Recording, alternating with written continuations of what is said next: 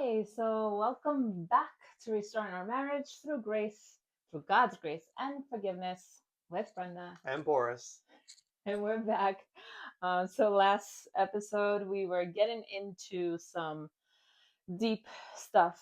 And tell us, where did we leave off, Boris? Oh, well, we left off with how our marriage had changed Mm-hmm. and how we started to drift away from the Lord a little bit. I don't think we realized we had drifted away from the Lord. And once I started to sense that within our marriage, um, I started seeking God a little more, started pressing in more into Him. And um, that's when I felt that He told me to look through your messages. And like I Mm-hmm. said in the last episode, we found some messages that discovered that she was in a relationship outside of our marriage, Yeah. and then here we are now. Yeah. So you gonna ask me the first question? Yeah, before we kind of move on, I just want to say, because, hearing you say that you were seeking God more. I remember, it's crazy how you can think or not realize that there's people playing church, meaning like just playing the role, showing up, worshiping God and walking out and just going back to your sinful nature, sinful life. And that was me, you know, going to church, same thing, dressing the part You and acting. yeah, acting. And it's crazy because I remember you were praying and you were listening to worship music, and I remember thinking, like, what is he doing? Like, what is he doing? And at one point I remember saying, like, man, I know God speaks when you speak to him, and I remember feeling like, okay, like, why is he doing that? So, I think I have a question for you. So Sure. when everything came to light, when God showed you and you saw these messages, like, what was going through your heart? What was going through your mind? Hmm. I think for the first couple of days it was just like a survival mode Mm, because it came out of left field completely. Like I said, like I know we weren't as together, but I didn't think it was we were that far. So a lot came through my mind. Um, like I had analyzed the previous 6 months at mm, that point. I was like, mm, where did it really start going south? Like, and there was a really big sense in my heart to analyze myself wow, first. that's big. It was really in a sense of how can I be better? How can I Yeah. rebuild myself? And I reached out to somebody very close to me, and Mm-hmm. he said to me, "You're not a victim." Mm, that's good. Wow. And that's something that when people go through something like this kind of trauma, they embrace that label of a victim. Yeah. I got you on, Yeah. and he hurt me or she hurt me, and Mm, I can't believe she did that. So I had to erase that angle out of my mind for me to move on and just to understand that this wasn't about me. yeah. It was not about me. Mm-hmm. And I had to really reflect on myself in the first 3 days. I didn't really have any hobbies at that time. I think because up to that point of our lives, all I knew was work. Yeah. I had to work, like you said in the previous episode. We had to work to make ends meet and to survive, and that's all I knew was work. Yeah. And I came to that point that my good friend asked me. He said, "What are your hobbies?" And I couldn't answer that. I didn't know what a hobby was. I had You to Googled it. Google what is Yeah. a hobby because I had been such a workaholic. Yeah. So I think at that point, what was in my mind for sure was, okay, I got to work on myself. Yeah. And I discovered also that in our relationship, we had become so codependent on each other Oh, for our happiness, even for our identity. everything. We couldn't really identify ourselves as a person. Right. You know, I think you had said that in the previous episode that you would see me, going to work and being busy, and kind of had a sense of like regret or remorse Yeah, that you didn't have any of that. But in reality, I never thought about it that way. All I knew was working. So I had to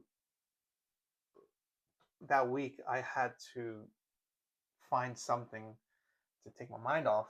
yeah. And I think the first thing that came to me was gardening. Oh, I was gardening. And it's funny because years ago, you used to be the gardener. You used to love weeding and taking care of the gardens. And I was like, why are you doing that? Like yeah. that's silly. Like I would never do that. And then the first thing that I guess it was the Lord speaking to me. He was like he wanted me to garden. So I ordered like 5 yards of mulch like the next day, and I just started cleaning out the beds, and it was Yeah. therapeutic for me. Even at that point too, my mom had been showing me how to garden, like how to Yeah. plant, how to make a hole, how to loosen the roots of the plant. And she gave me some secrets of hers of gardening. And as I was gardening that weekend, there was weeds, Mm-hmm. and I was pulling these weeds out of the garden bed. And I have a picture of the weed, and it was the weed was this small, but the root was this big, at least four Yeah. times the size. Yeah. And then I heard the Lord say to me at that point, that weed is representative of somebody's sin. Yeah. That So deep. all you see is like the top part, Yeah. but what's inside is that huge root Yeah. that had been growing for For years and years. years and years. And I thank God for him giving me that analogy. It was such a beautiful analogy Yeah. that stuck with me. And then I shared that with you.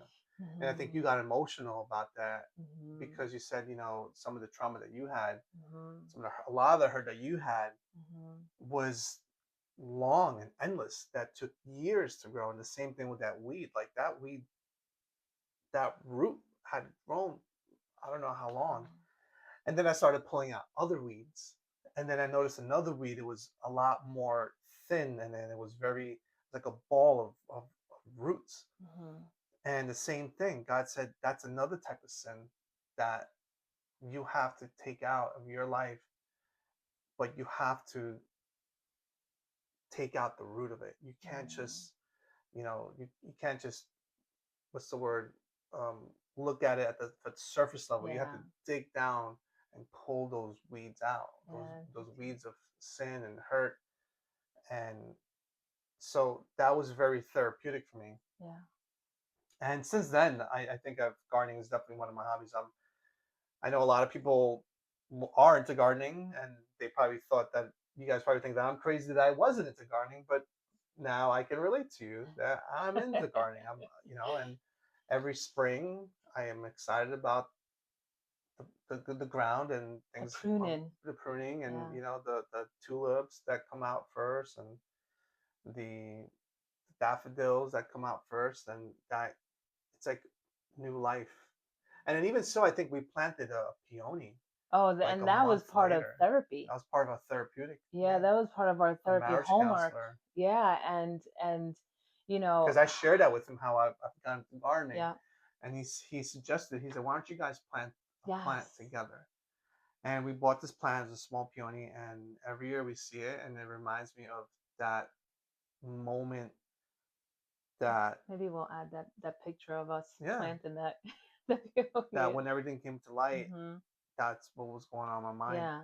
And obviously my Mm-hmm. heart was devastated. It was that's a that's a non that's not even a question. My heart was broken, was shattered into a million pieces, but I didn't sit there and feel sorry for myself because I knew I wasn't going to come out of this if I Mm-hmm. did. Mm-hmm. That self-loathing of why did this happen to me, or Yeah. why me, and she did this and she that. Like I had to, and that's part of our restoration, and the forgiveness that God has shown us is that Yeah. coming out of that situation, just knowing the fact that okay, I need to get myself up. And through all that, like I learned so much. Like I said, but the codependency in our relationship, I didn't know what codependency was, and No. knowing that I had to rewire myself to find a hobby, define what a hobby is, and then find what Finally. my hobbies were, Yeah. and then develop them. And then, to this day, 6 years later, I'm always developing my hobbies. Mhm. And that's the same thing with you. Like, you Mhm. noticed how the codependent you were with me, but Yeah. I never realized that you were codependent on me with Yeah. certain things, and you never realized that you didn't have any hobbies Right. because you were a mom and you were busy taking care of the kids Mhm. and you're busy working, and then now you have your hobbies and you Yeah. have those outlets that are healthy for you and are healthy for me. Yeah.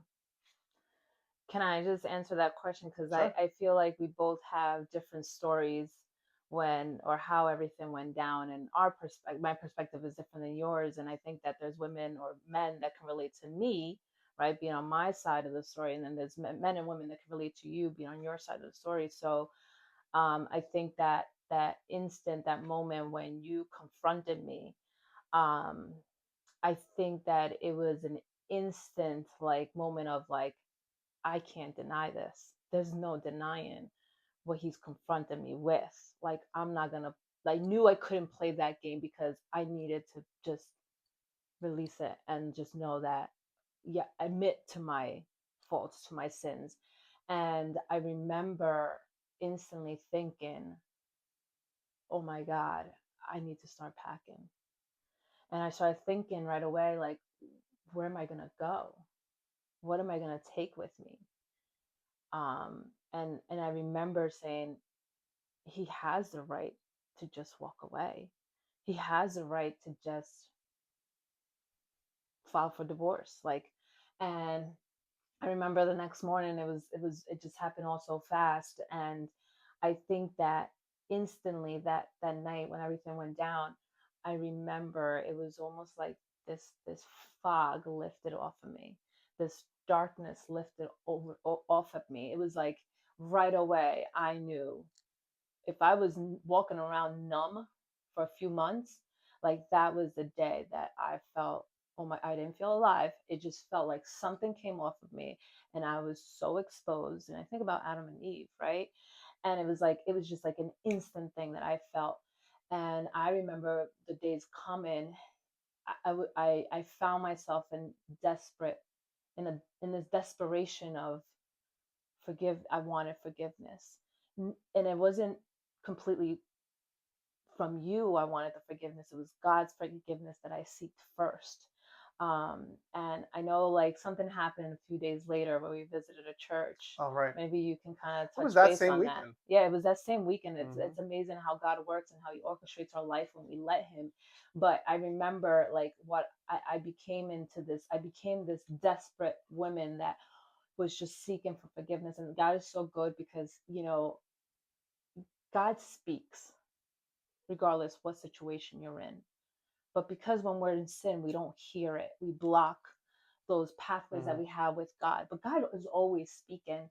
But when we're in sin, we block those communications with Him. So at this time, I'm like asking God, I'm pouring out, and I'm just saying, God, forgive me, forgive me, forgive me. And I remember God telling me, I already forgave you. Like, get up.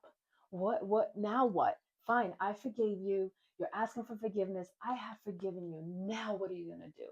How are you going to change your life? How are you going to change your thinking? How are you going to change your patterns of of what I was doing? Like, how am I going to change it? And I knew right away the first thing I had to do was change my number without you asking me. Remember, we sat down and you said, how can I trust you again? And I told you, I was like, I already changed my number. I did this, and I knew I had to take steps moving forward to rebuild that trust, because if you could feel and sense that loss of trust, it was tangible. I knew I had lost the trust that I had with you, and I knew I had to rebuild it. But can you just kind of talk about real quick, those 3 days later, we visited a church. Right. So we went to a church, and um, I don't really remember anything of the services. I think I was still kind of numb. I was still, I don't think I ate for 2 days. It Yeah, was that, yeah. I'm not trying to undermine my reaction, but it's definitely shocking. So when we went to that service that Sunday, I don't really remember the service, but and then the message, the pastor was preaching, and then she had done an altar call. I think she hadn't even finished the altar call, and you're already up in the altar. And at the time, I was really trying not to judge you or to hate you, you know. And I felt God tell me, I clearly heard God tell me, you have to forgive her. Mm, And He also said to me, my love is greater than hate. that's good. And that just came to me. And I think that was maybe the catalyst that pushed me forward Yeah. to rebuild our marriage. Yeah. Because once I started to feel that love from God, because it wasn't a human love, because that's not the butterflies or, not that love that we think that is as human beings, but it was a celestial love from Mm-hmm. God. Mm-hmm. Once I started to feel that love overtake the hate in my heart towards you, that's when I started to understand how powerful God's love is, Yeah. and how nobody's perfect. Every sin, no sin is greater than the other, Yeah.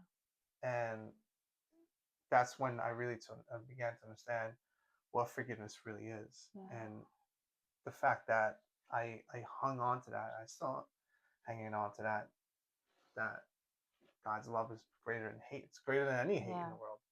Because that's essentially what the battle of good and evil. Battle Mm-hmm. of hate versus love. You see that everywhere, Yeah. and I think that's really what helped me start to the process Mm-hmm. of that. Mm-hmm. Yeah. Uh, so at that point, Brenda, you had said that you were asking for forgiveness from God, and you said that you want to rebuild trust. Um, can I ask you a question? Yeah. What did repentance actually look like in real life? Whew. Because that was one of the first Bible verses that we learned in Sunday school when you're 7 years old, 4 years old. John 3:16 Yeah. Yeah.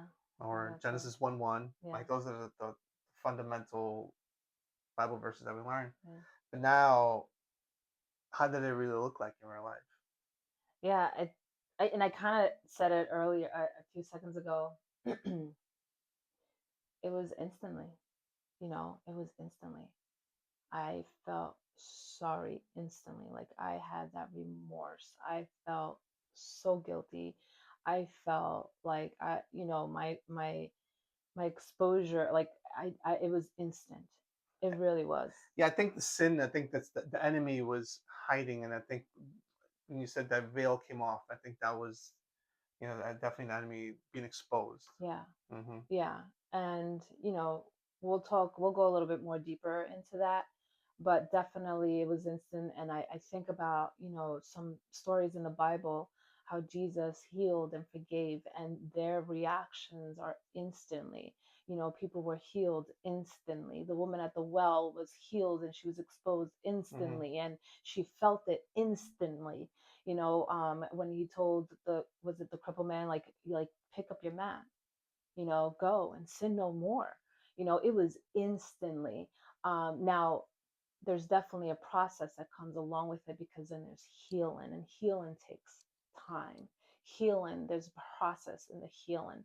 So, although repentance, like I said, is instantly, there's a process in the healing. Hmm. And we're just going to go through, because healing, I mean, I feel like there's moments still today, 5 years later, like there's still today where we heal through our conversations. We find healing. We're still healing, you know. So it, that's going to be something that we're going to talk about The next. next episode. So definitely stay tuned, and just continue to follow us and listen to our story. We love you all.